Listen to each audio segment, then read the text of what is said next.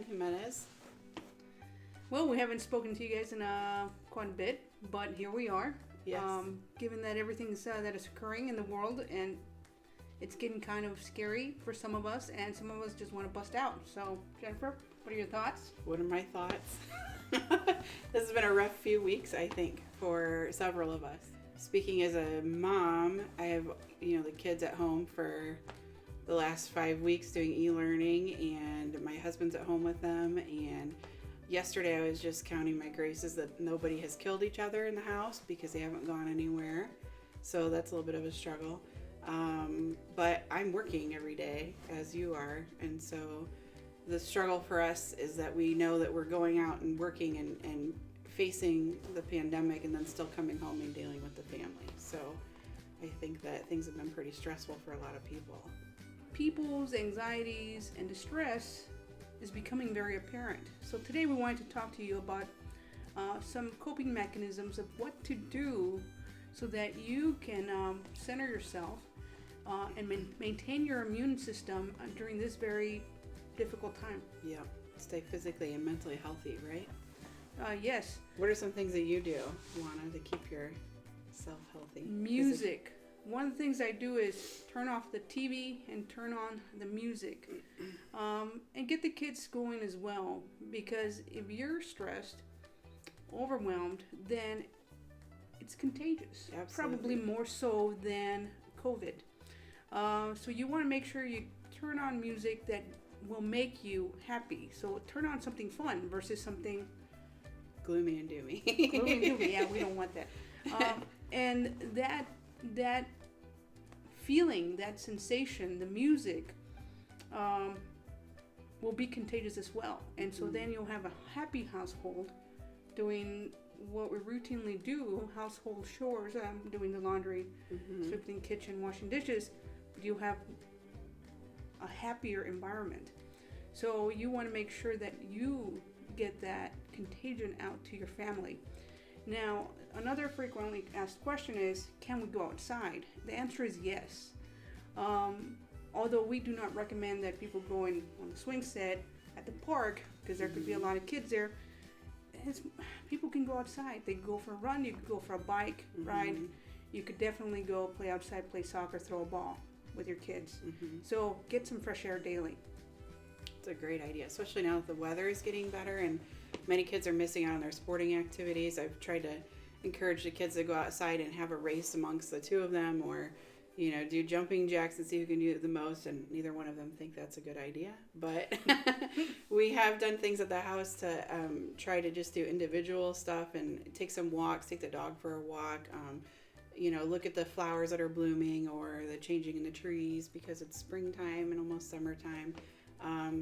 The other thing that I would like to encourage people to do is really work on their sleep, because when people are worried and anxious and scared about what's going on, their sleep schedule gets off. And also school's not normal and work is not normal. And so people stay up at all hours and then sleep all day, and it throws you off. And so it's really important to make sure that we have good sleep hygiene, which means no video, no iPad, no gaming, no phone before bed, and to go to sleep at a regular time and to try to wake up at a regular time, even though we're not going places and doing things like normal, because when we sleep, our brain resets.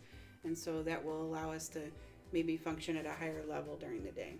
And cope a lot better. Yes. So what do you recommend a good sleep time is for our children? For our children, I think it depends on the age, and everybody, of course, has different opinions about what time their kids go to bed anyways, but kids should be getting at least 8 hours of sleep, 8 to 10 for school-age kids, and teenagers sometimes need more. And so I would say, between 8 and 10 is a good target, depending on how old your kids are, how your household functions. As long as they're getting 8 to 10 hours of sleep throughout the night, that's a reasonable amount. So that depends on, I guess, you as parents, what time you want to do that. Okay. Yeah. Another thing that you could do is grow a garden. Yes. With the spring coming on, it would be great to get some seeds, turn your soil a little bit and plant some things. Why? It'll get you exercise, it'll get you into your yard, it'll get you out of the house and getting some fresh air. And then it'll give you something good to look forward to. As your produce comes out, make sure you share with your neighbors, because you want to make sure that you start coping well with anything that can happen, but at least you could see things grow. You want to think ahead of what good things are happening all around you instead of what is going on in the media. Yes. And the other thing is that, everybody keeps talking about social distancing. And really, what we'd like to have people understand is that it's physical distancing. We shouldn't be hugging and touching and being in groups and convening, but that does not mean that I shouldn't call Juana on the phone, or we can't FaceTime, or we can't, for example, my neighbor and I make meals or cookies and run it over and ring the doorbell and then run back home, and we share things that way. I haven't seen my neighbor, who is my best friend, for 7 weeks, but we still keep in contact every day by texting or FaceTiming or sending gifts back and forth between the kids. And those are the things that keep you going during the day and during this really hard time, is that you have human contact with other people, even though we're hiding behind a mask or we're hiding behind a screen. And so that's things that everybody can do from home. So having a sense of community. So one of the things I was talking to patients about was sometimes when they're going to sleep, they're having a difficult time as they go through what happened during their day, and they're having trouble falling asleep. Not that they have a sleep disorder, but again, those nagging thoughts and watching the news. One of the apps that I know I recommend is Calm. Yes, we use that too. And it has different nature sounds that you can play that are very soothing to the mind. That way you could drift to sleep instead of having to worry about everything that occurred during the day. Yes, that's a great idea. Well, I think those are really great tips, Juana.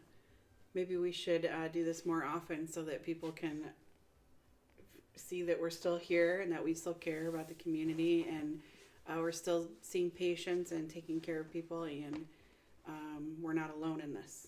You're definitely not alone. Just remember that with the changes occurring, not only in healthcare, but everywhere else, is we are taking a lot of e-visits via telephone or video. We are still seeing patients in person, but I usually like to do it via appointment. That way we could better serve you and maintain the social distancing aspect. I think that's it. Let us know if you have any questions. Go ahead and send us a message or text us.